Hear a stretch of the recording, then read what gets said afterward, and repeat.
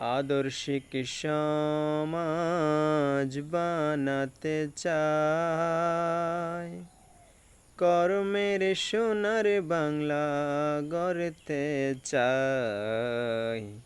আদর্শিক সমাজ বানাতে চাই, কর্মের সোনার বাংলা গড়তে চাই। সে কাজে অংশ নিতে হে তরুণ হে নবীন, সে কাজে অংশ নিতে হে তরুণ হে নবীন, দিচ্ছে তোমায় ডাক।